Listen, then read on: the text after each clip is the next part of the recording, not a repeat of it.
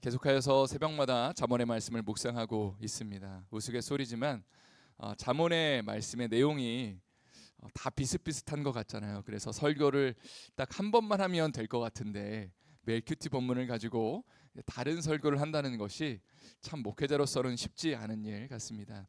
그럼에도 불구하고 오늘 하나님의 말씀, 지혜의 말씀을 통해서 또 우리 각자에게 어떤 말씀을 들려주시는지 우리가 기대하는 마음을 가지고 하나님 말씀 앞에 반응하는 시간 되기를 소망합니다.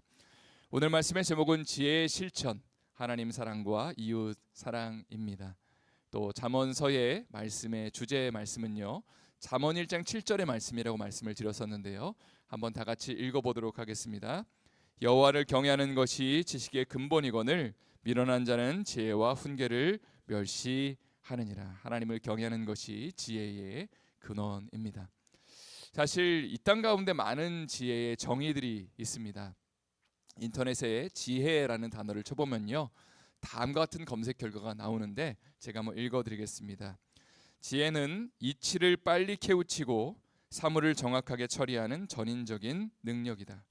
주로 사리를 분별하며 이를 적절히 처리하는 능력을 가리킨다. 그러니까 세상이 정의하는 지혜는요, 어떤 일들을 빨리빨리 파악하고 그리고 적절하게 빠르게 처리하는 능력을 가리킵니다. 그러나 조금 전에 나눴던 잠언 1장 7절의 말씀처럼 성경이 정의하는 지혜는요, 하나님을 경외하는 데서 시작됩니다. 하나님을 예배하고 하나님의 음성을 듣는 데서 시작이 되고요, 그리고 이것을 통해서 하나님을 사랑하는 것, 그리고 하나님을 사랑하는 마음을 가지고 이웃들을 사랑하고 돌보는 것이 바로 성경이 정의하는 지혜라는 것입니다. 그런 차원에서 잠언 3장의 전반부에서는요, 우리가 지난 일틀에 걸쳐서 하나님을 사랑하는 삶에 대해서 배웠습니다. 하나님을 경외해라, 하나님을 의지해라, 너의 명체를 의지하지 말라라는 이야기를 들었고요, 오늘 본문에서는 그렇다면 그 하나님의 사랑을 가지고 이웃들을 어떻게 돌보며 섬길지, 어떻게 우리 주변 사람들을 우리가 대할지에 대한 오늘 본문을 함께 다루기를 원합니다. 오늘 본문의 27절과 28절의 말씀을 한번 다 같이 저희 읽어보도록 하겠습니다. 시작.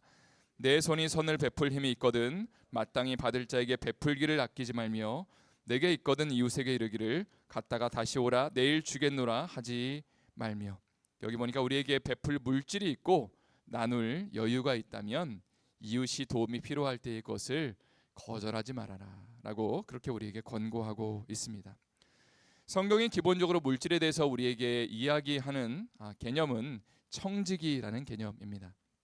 우리가 잘 알고 있는 것처럼 청지기는요, 주인의 것을 잠시 맡아서 우리가 관리하다가 언젠가는 이것을 주인에게 돌려드리는 것을 청지기라고 부릅니다.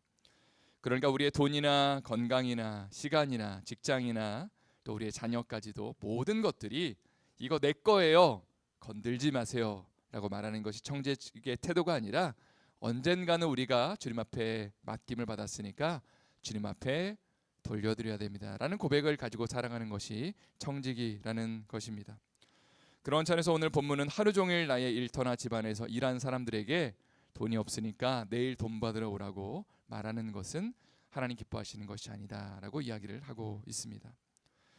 특별히 가난하고 경제적으로 어려운 사람들을 향한 그리스도인의 태도는요, 실제적으로 이들을 돕고 섬기는 것을 의미합니다.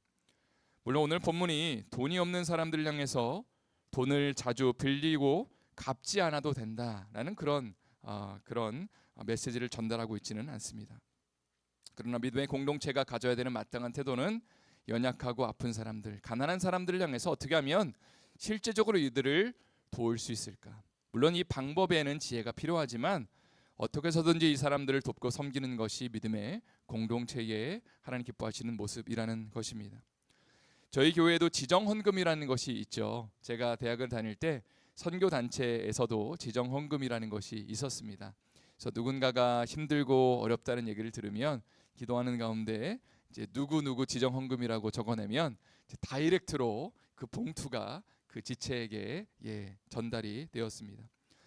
저도 누군가를 많이 돕기도 했고 또 힘들 때는 누군가에게 도움을 받기도 했던 그런 기억이 있는데요.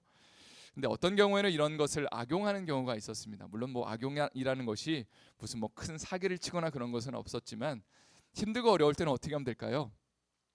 선교단체에서 나눌 일이 많거든요. 자기의 삶을. 그러면 힘들고 어려울 때는 가능하면 많이 나의 힘듦을 어려움을 나누는 거죠. 제가 너무 요즘에 어렵습니다. 이렇게 많이 나눠야지 다른 사람들이 도와주니까 이것을 조금 악용하는 모습은 없지 않았나 돌아보게 되었습니다. 어쨌거나 이러한 부작용이 있다고 해서 누군가를 돕는 것을 우리가 중단할 수는 없는 것이죠. 하나님이 기뻐하시는 공동체의 모습은 연약하고 아픈 자를 가능하면 최선을 다해서 섬기고 돌보는 것. 물론 여기에는 지혜가 필요하다고 말씀을 드렸습니다. 사도행전 20장 35절에 보면 사도 바울이 에베소의 장로들을 향해서 이런 당부를 하는 것을 우리가 보게 됩니다. 제가 한번 읽어드릴게요. 범사에 여러분에게 모범을 보여준 바와 같이 수고하여 약한 사람들을 돕고 또 주 예수께서 친히 말씀하신 바 주는 것이 받는 것보다 복이 있다 하심을 기억하여야 할지니라. 바울은 자신의 에베소에서 머무는 2년 동안에 어떠한 삶을 실천했는지를 지금 장로들에게 다시 한번 이야기하고 있습니다. 그는 열심히 텐트를 만드는 일을 감당했고요. 그 텐트를 만들어서 돈을 벌면 그것을 자기의 생활비뿐만이 아니라 연약한 자들을 돕는 데 사용했다고 이야기를 하고 있습니다. 그리고 이렇게 말을 하고 있죠. 주는 것이 받는 것보다 복이 있다 하신 예수님의 말씀을 우리가 항상 기억해야만 한다. 이 말씀을 우리 삶 가운데 한번 적용해 보기를 원합니다. 아마 이 자리에 계신 성도님들은요, 연약한 지체들, 또 물질적으로 힘든 지체들을 돕고 섬기는 데에 아마 비교적 익숙한 삶을 살고 계실 거라고 믿습니다. 또 저 자신도 이러한 삶을 실천하기 위해서 최선을 다하려고 발버둥 치는데요. 물론 목회자로서 물질을 누군가에게 나누는 것이 상당히 조심스럽고 쉽지 않은 일은 분명합니다. 그렇지만 기도하는 가운데 하나님이 이분은 꼭 도와야 된다라는 감동을 주시면 제가 하나님의 말씀 앞에 순종하려고 그렇게 발버둥을 치고 있습니다. 혹시라도 오늘 이 말씀을 들으면서 혹시 여러분의 주변에 조금 경제적으로 힘들고 어려운 분이 있다면 한번 오늘 새벽에 여러분 기도해 보십시오. 어떻게 도울 수 있을지. 하나님, 누가 이렇게 힘들어하고 있는데 하나님, 제가 이 사람을 어떻게 섬길 수 있을까요를 기도해 보시고요. 주님이 여러분에게 어떤 감동을 주신다면 그 감동에 순종하는 우리의 삶이 될 수 있기를, 오늘 하루 될 수 있기를 예수님의 이름으로 축원드립니다. 오늘 본문 29절과 30절 말씀은 다 같이 한번 읽어보도록 하겠습니다. 29절 30절 말씀 읽겠습니다. 시작. 내 이웃이 내 곁에서 평안에 설거든 그를 해하려고 꾀하지 말며 사람이 내게 악을 행하지 아니하였거든 까닭 없이 더불어 다투지 말며. 지난 화요일에도 나눴지만 잠언이 쓰여졌던 3000년 전에 고대 근동 시대에는 치안이 그렇게 발달되어 있지 않았습니다. 억울하고 가슴 답답한 일들이 많이 발생했을 겁니다. 억울한 일이 발생해도 누군가가 나를 아무도 도와주지 않는 그런 일들이 비일비재했을 거고요. 나에게 해를 가하는 사람을 향해서 그 누구도 그를 만류하지 않은 일들이 발생할 때에 정말 기가 막힌 그런 상황들이 많이 있었을 겁니다. 그런데 오늘 본문 29절은 이렇게 말을 하고 있죠. 내 이웃이 너희 곁에서 평안히 살고 있다면 그를 절대로 괴롭히지 말아라. 쉽게 말해서 너를 신뢰하는 가운데 안심하면서 살고 있는 이웃을 절대로 건드리지 말고 그를 선대하거라. 이것이 하나님을 경외하고 그리고 하나님을 신뢰하는 삶을 실천하는 것이라고 말하고 있습니다. 또 30절에는 이웃이 너에게 악을 행하지 않는다면 그와 다투지 말아라 라고 권고하고 있습니다. 쉽게 말해서 누군가가 우리에게 시비를 걸거나 해를 입히지 않는다면 내가 힘이 있고 권력이 있다는 이유로 상대방을 아무 이유 없이 해코지하지 말아라, 괴롭히지 말라고 그렇게 이야기하고 있습니다. 로마서 12장 18절과 19절에 보면 이런 말씀이 있습니다만 다 같이 읽어보도록 하겠습니다. 할 수 있거든 너희로서는 모든 사람과 더불어 화목하라. 내 사랑하는 자들아, 너희가 친히 원수를 갚지 말고 하나님의 진노하심에 맡기라. 기록되었으되 원수 갚는 것이 내게 있으니 내가 갚으리라고 주께서 말씀하시니라. 사실 누군가가 나에게 잘못을 한다고 판단이 된다면요, 그러면 우리가 당장 그 사람에게 달려가서 따지기가 쉬울 것입니다. 그런데 로마서 12장에서는 억울하고 힘든 일이 발생할 때에 때로는 하나님께 이것을 맡기고 하나님의 손에 의탁해라 라고 우리에게 권고하고 있습니다. 물론 우리가 사회생활을 하거나 신앙생활을 하면서 억울한 일을 당할 때에 항상 참아라, 항상 하나님 앞에 맡겨라 라는 의미의 말씀은 아닙니다. 마치 우리 아이들이 무엇인가를 잘못할 때에 그냥 내버려 둘 수는 없는 것처럼 같은 원리가 적용될 수 있습니다. 그런데 18절에 이런 표현이 나오죠. 18절을 다시 한번 보면요, 할 수 있거든, if possible, 가능하다면이라는 의미로 해석할 수 있습니다.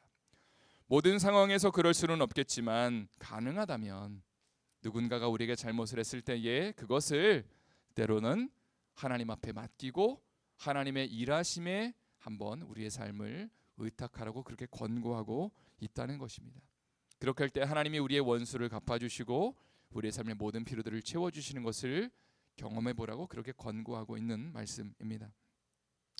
제가 한국에서 처음 사역을 한 곳이 서울 동안교회라는 곳입니다. 동대문에 꽤 큰 교회인데요. 이곳에서 제가 이제 장애인들을 섬기는 사역을 처음에 했었습니다. 네, 이미 나눈 것처럼 청각장애인들을 전도하기 위해서 제가 축구를 하다가 어떻게 됐죠? 십자인대가 끊어지는 그런 일이 있었습니다. 그리고 십자인대 끊어지고 난 다음에 군대를 못 가게 돼서 제가 진로를 위해서 기도하는 가운데 이제 선교지에서 저의 삶을 드리기로 그렇게 아내와 함께 결단을 했던 그런 시점이었는데, 이 과정에서 나름대로 좀 억울한 일을 당했습니다. 어떤 억울한 일을 당했는지를 여러분 한번 들어봐 보십시오. 저희 입장에서는 생명을 걸고 당시에 스리랑카가 전쟁 중에 있었습니다. 그래서 가는 것이 쉽지 않았지만 그냥 하나님이 가라고 그러니까 뭐 별로 대수롭지 않게 생각했던 것 같아요. 전쟁이 있었던 것도. 그래서 저희가 정말로 생명을 주 앞에 올려드립니다라는 심정을 가지고 이제 1년을 주님 앞에 올려드립니다, 그렇게 결단을 하였습니다. 그런데 이것이 이제 교회를 사임하고 가야 되잖아요. 그런데 이것이 담임 목사님께 전달되는 과정에서 저의 이제 선임 목사님이 이거를 전달을 제대로 못 해준 것 같아요. 그래서 저를 상당히 무책임한 사람으로 몰고 갔습니다. 물론 중간에 갑자기 사임서를 제출하는 것이 당시가 여름이었거든요. 제가 8월 달에 사임을 했던 것 같은데 어쨌거나 중간에 사임서를 제출하는 것이 교회 입장에서는 물론 좀 당황스러운 일이 분명히 맞습니다. 그런데 좀 이렇게 얘기할 수 있잖아요. 이런 상황에서 임 전도사님이 정말로 힘들고 어렵지만 선교지에 가는 걸로 결단을 했습니다. 목사님 기도해 주십시오라고 이렇게 전달을 했으면 참 좋았을 것 같은데, 저희가 선임 목사님이 아마 자신의 곤란한 상황을 모면하기 위해서 저의 핑계를 댔던 것 같아요. 상당히 무책임하고 아무 생각이 없는 것처럼 보인다라고 그렇게 보고를 했다는 얘기를 제가 듣고 나서 너무 화가 나는 거예요. 정말로. 야, 내가 정말 주님을 위해서 선교지에서 내 삶을 올려드리려고 하는데 정말로 이 마음은 아랑곳하지 않고 그냥 나를 이상한 사람으로 몰아갔다는 것이 참 너무나 화가 났습니다. 실제로 이 목사님은 제가 이런 말을 하면 안 되겠지만 주변 목회자들에게 그렇게 평판이 좋은 분은 아니었습니다. 다른 사람들을 무시하고 누르고 자기가 높아지는 거에 관심이 있었던 분으로 보였습니다. 저의 눈에는. 그런데 기도하는 가운데 정말로 제가 억울했지만 당장 담임 목사님을 찾아가서 저의 억울함을 호소하고 싶었지만 기도하는 가운데 하나님이 주셨던 마음은 이거였어요. 참고 기도해라. 그래서 제가 하나님의 말씀 앞에 순종하기로 결단했고요. 제가 했던 일은요, 담임 목사님 앞에 사과의 편지를 쓰는 것이었습니다. 저의 변명을 하나도 하지 않았고, 목사님 죄송합니다. 제가 이런 상황에서 제가 선교지에 가기로 했는데 제가 목사님께 제대로 이렇게 보고드리지 못한 것에 대해서 정말로 죄송합니다라는 그런 사과 편지를 썼습니다. 그리고 나서 이제 하나님 앞에 맡기고 1년의 선교를 마치고 돌아와서 한 1년인가 2년인가 더 지나서 참 신기한 게 담임 목사님을 학교 식당에서 만났습니다. 그리고 저를 따뜻하게 격려해 주시고 또 축복해 주시는 것을 경험하게 됐고요. 저를 좀 음해했던 목사님 어떻게 되셨는지 아십니까? 하나님이 정말 원수를 갚아주셨는지 여자 때문에 스캔들이 나셔서 교회에서 이제 사임을 하게 되고 참 그 마지막이 좋지 않게 됐다는 이야기를 멀리서 들었습니다. 물론 이런 일들에 대해서 우리가 할렐루야를 외칠 수는 없습니다. 하나님이 원수를 갚으셨다라고 말할 수는 없지만 때로는 우리가 누군가를 직접 대하는 것보다 때로는 기도하는 가운데 하나님께 맡기고 하나님이 일해 주십시오, 하나님이 역사해 주십시오라고 우리가 고백하면서 하나님의 선하신 그 손길을 의지하는 것이 필요하다는 것이죠. 이것이 바로 하나님을 경험하고 의지하는 삶입니다. 이러한 은혜와 축복이 우리 삶 가운데 넘쳐날 수 있기를 예수님의 이름으로 축원드립니다. 다시 한번 예수님의 이름으로 축원드립니다. 오늘 본문의 31절 말씀 한번 다 같이 또 읽어보도록 하겠습니다. 31절 읽겠습니다. 포악한 자를 부러워하지 말며 그의 어떤 행위도 따르지 말라. 이 말씀은요, 저희가 앞에서 다룬 27절부터 30절까지의 말씀의 결론입니다. 내가 조금 힘이 있다고 해서 갑질을 하고 누군가를 괴롭히는 사람을 포악한 사람이라고 표현할 수 있을 것 같습니다. 포악한 사람은 자신의 힘과 권력과 능력을 가지고 누군가의 것을 착취하고 빼앗습니다. 이렇게 할 때에요, 포악한 사람은요 쉽게 부를 쟁취할 수 있습니다.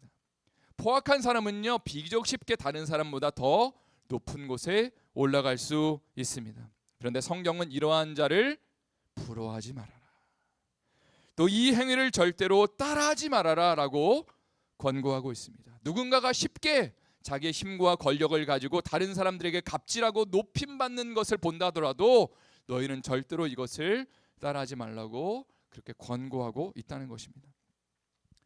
이무열 씨가 쓴 우리들의 일그러진 영웅이라는 소설이 있습니다. 이것이 영화로도 나왔는데요, 여기에는 엄석대라는 아이가 등장합니다. 엄석대라는 아이는요 초등학교 5학년 학생입니다. 정말로 작은 그 공동체 안에서 그런데 어떤 일이 벌어지고 있냐면, 이 아이가 전교에서 싸움을 제일 잘하는 일장이고 학급의 반장이기도 합니다. 엄석대는 그 작은 학급 안에서 폭력을 써서 학급을 장악하고 있습니다. 말을 안 들으면 엄석대에게 엄청나게 얻어맞을 것을 알고 있기 때문에 모든 아이들은 다 엄석대를 왕처럼 섬기고 복종하고 있습니다.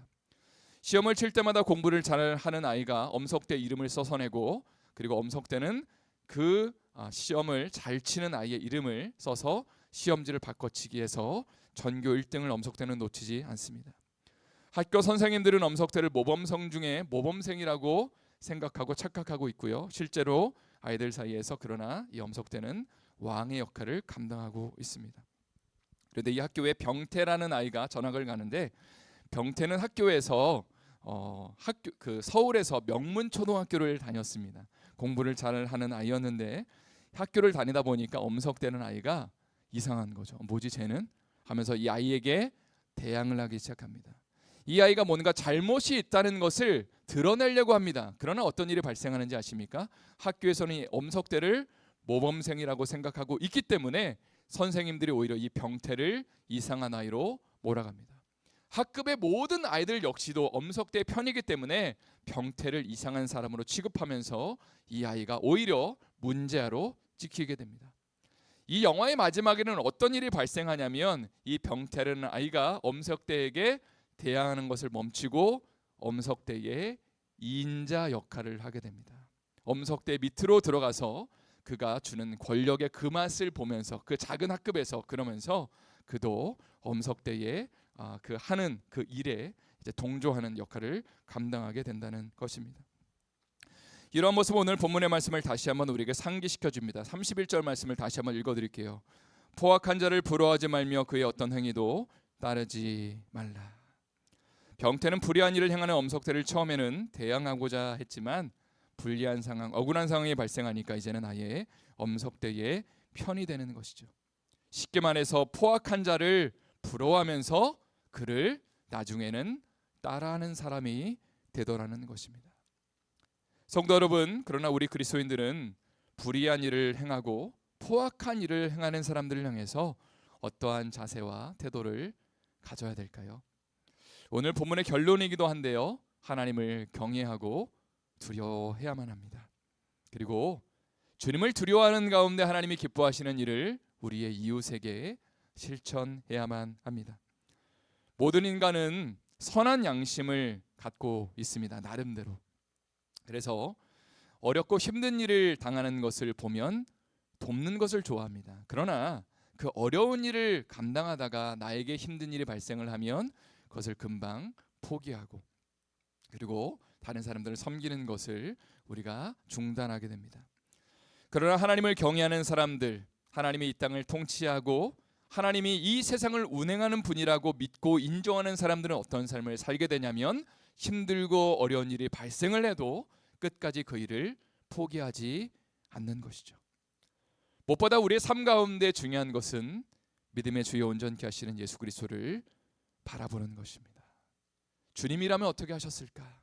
예수님이라면 어떻게 하셨을까를 고백하면서 예수님은 십자가를 지시고 그 앞에 있는 즐거움을 위하여 십자가라는 그 부끄러움을 개의치 아니하시며 그 길을 걸어가셨습니다. 만약에 이 땅 가운데 힘들고 어려운 그런 상황들이 발생을 하고 누군가가 다른 사람들을 괴롭히고 어려운 일들이 계속 반복되고 그것이 끝이 나면 우리의 삶 가운데 고민이 들 거예요. 나도 다른 사람들을 괴롭히면서 나도 좀 높임받는 삶을 살아야겠다. 그러나 그것이 세상의 끝이 아니라 이 마지막에는 하나님의 심판이 있고 천국과 지옥이 있다는 것을 우리는 마음 가운데 새기고 있기 때문에 믿고 있기 때문에 그래서 우리는 오늘 하루를 신실하게 다른 사람들이 나를 알아주지 않아도 내가 조금 힘들고 어려워도 누군가를 돕고 섬기는 예수님의 그 마음을 실천할 수 있다는 것이죠. 이러한 은혜와 축복을 우리의 삶 가운데 넘쳐날 수 있기를 예수님의 이름으로 축원드립니다.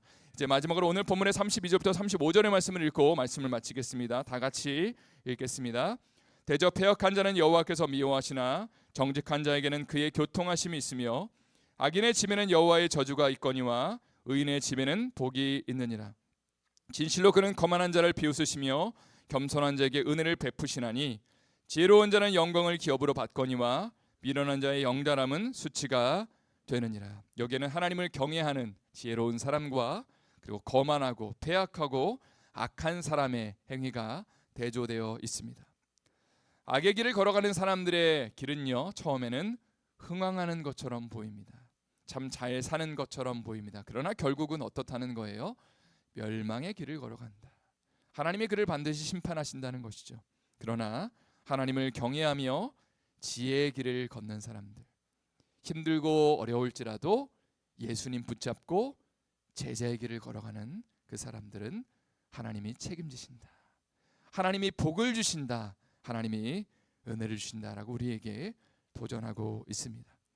악인의 길에 함께 같이 걸어가는 인생이 아니라 하나님이 기뻐하시는 의인의 길을 걸어가시는, 또 그 속에서 하나님이 우리의 삶을 지켜주시고 보호하여 주시고 우리의 삶 가운데 그 지혜자에게 부어주시는 그 놀라운 축복과 은총이 우리의 삶 가운데 넘쳐날 수 있기를 예수님의 이름으로 축원드립니다. 다시 한번 예수님의 이름으로 축원드립니다. 가능하신 분들은 자리에서 일어나셔서 찬송가 150장 1절과 4